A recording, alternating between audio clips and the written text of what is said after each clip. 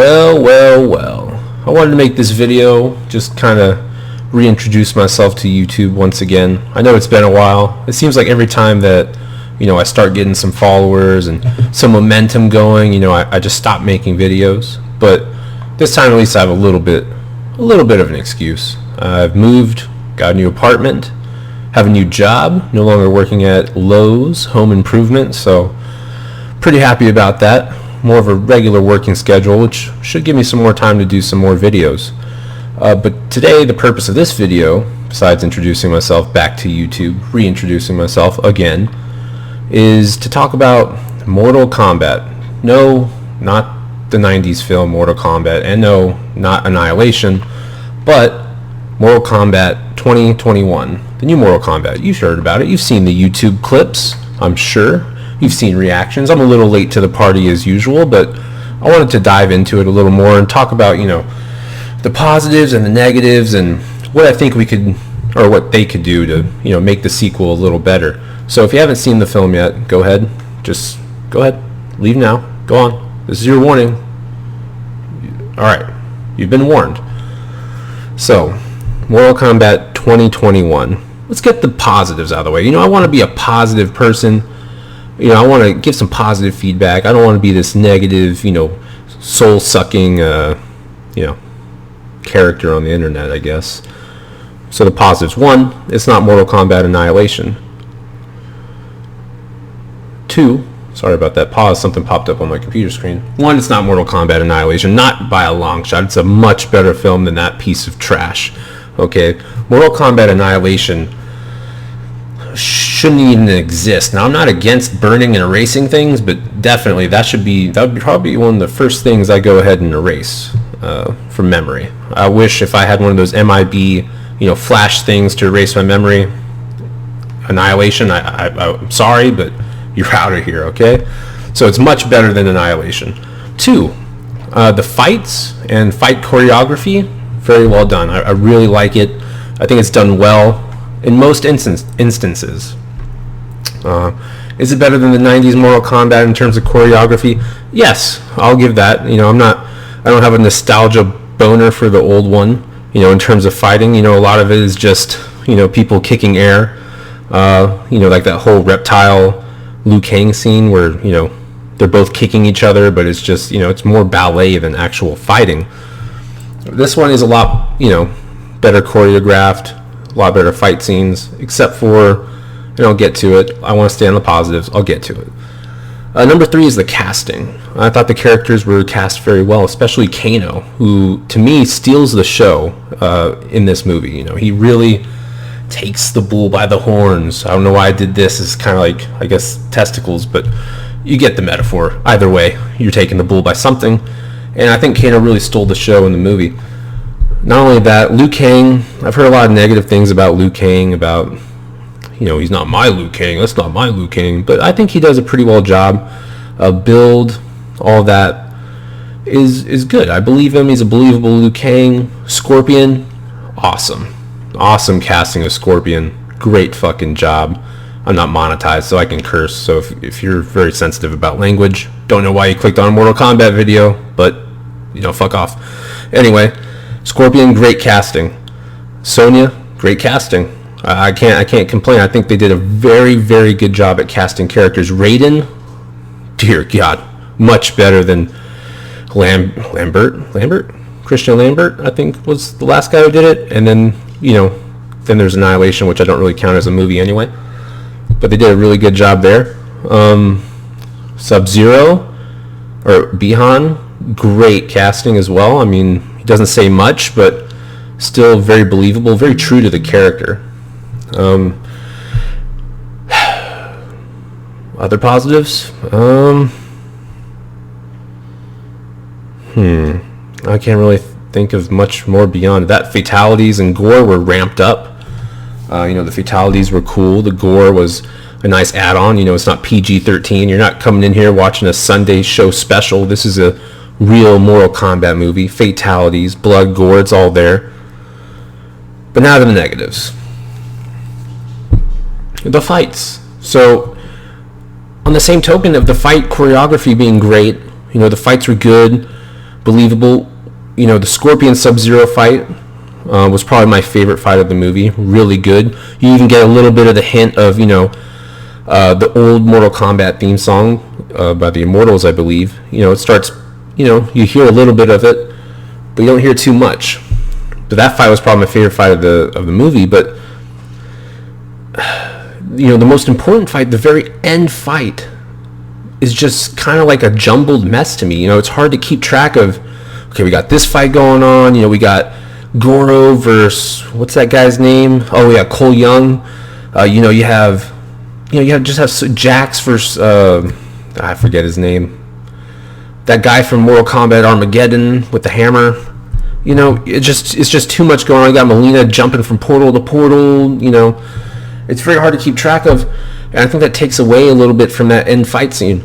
I think that also ties into another thing. I don't mean to jump too far ahead of myself, but the whole format of the fighting in the new Mortal Kombat film, it doesn't gel with me. It's supposed to be this tournament, and this kind of ties in with fighting and the plot, which is also another negative to me, is this plot. Mortal Kombat's supposed to be a tournament setting.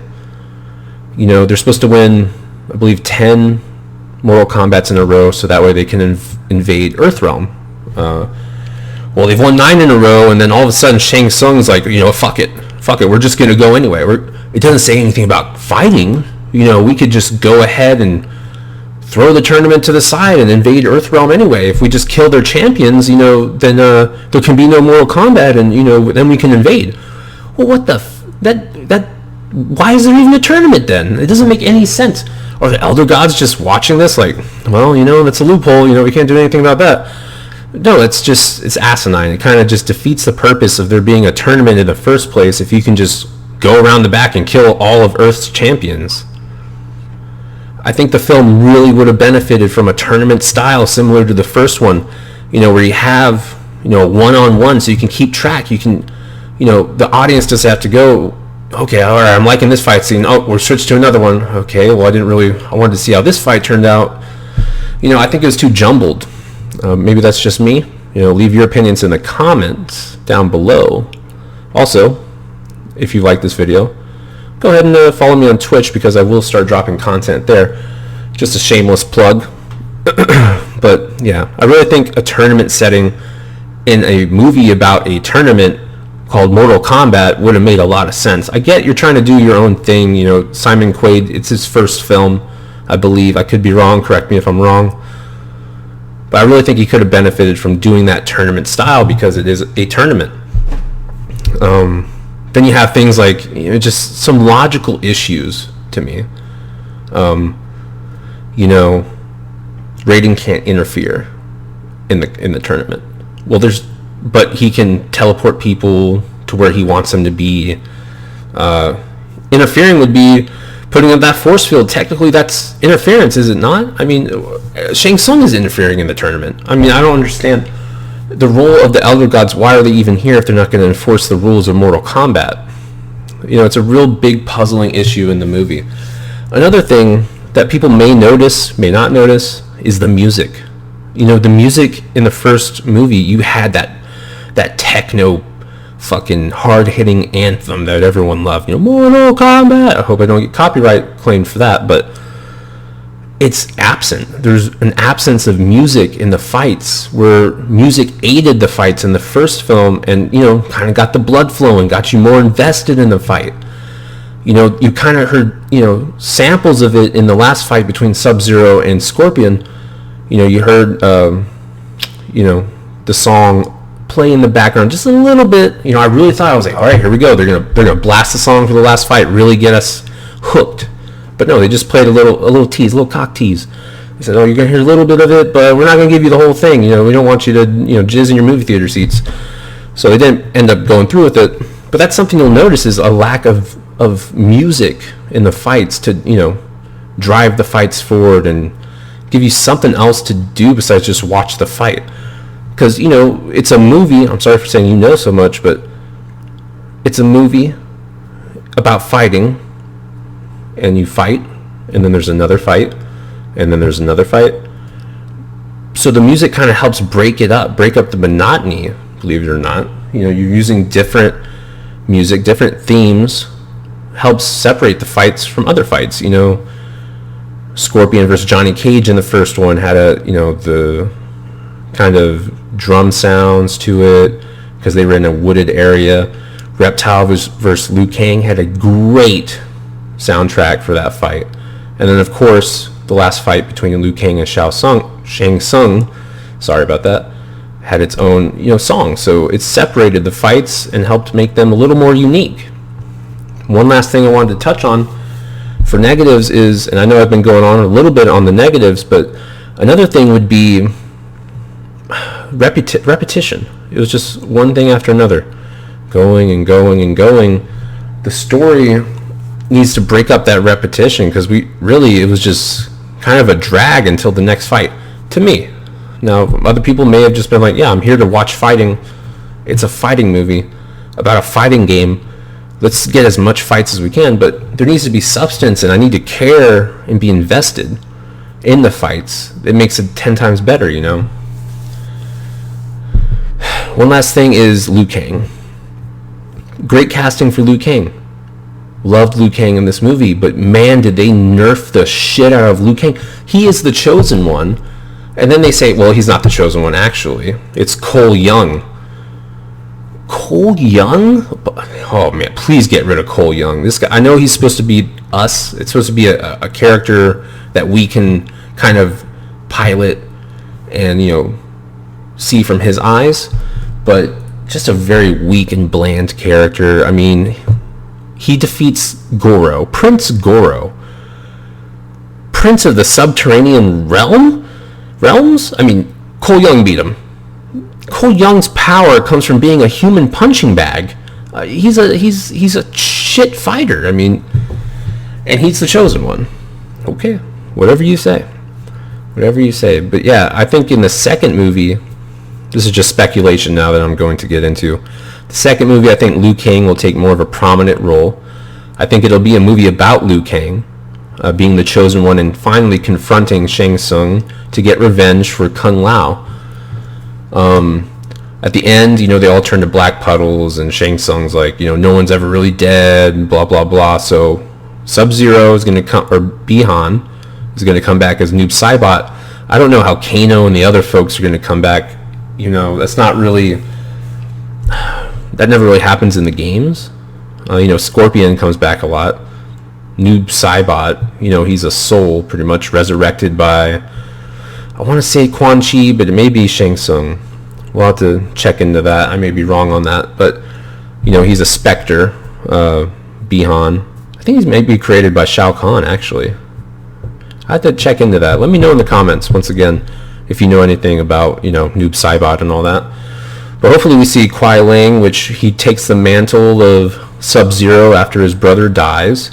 So that'll be interesting to see how that plays out. Of course, Johnny Cage is going to be in the next film, and there's a lot of speculation on who will actually play the character. I've heard Ryan Reynolds, I've heard Chris Pratt, and then I've heard The Miz from WWE wants to play, Johnny Cage.